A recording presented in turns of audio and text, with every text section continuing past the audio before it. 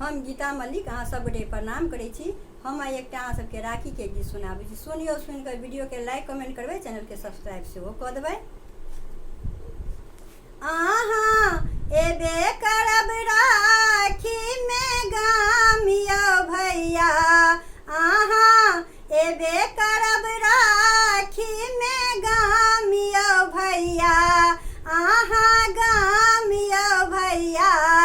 हम केने रहब सब ओरियान यौ भैया, हम केने रहब सब ओरियान यौ भैया। अहाँ एबे करब राखी में गाम यौ भैया, हम केने रहब सब ओरियान यौ भैया, हम केने रहब सब ओरियान यौ भैया। दिन पूर्णिमा सावन के मास में राखी बान्ह बहिन भाई के हाथ में। दिन पूर्णिमा सावन के मास में राखी बान्ह बहिन भाई के हाथ में। संगे करे प्यारी छुबी का प्रणाम यौ भैया, संगे करे प्यारी छुबी का प्रणाम यौ भैया।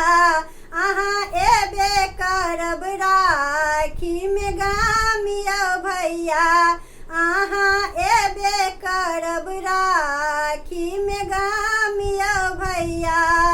साल भर के ई राखी के पाबन भाई बहिन के अति मन भावन।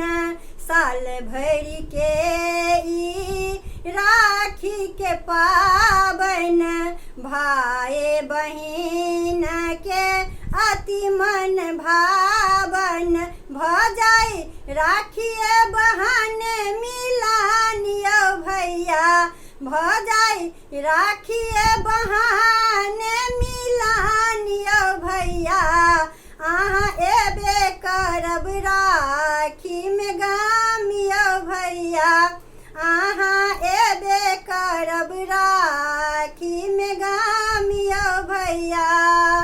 करब सकार भैया हमर मनक सपना, आनब ने साया साड़ी आनब ने गहना। करब सकार भैया हमर मनक सपना, आनब ने साया साड़ी आनब ने गहना।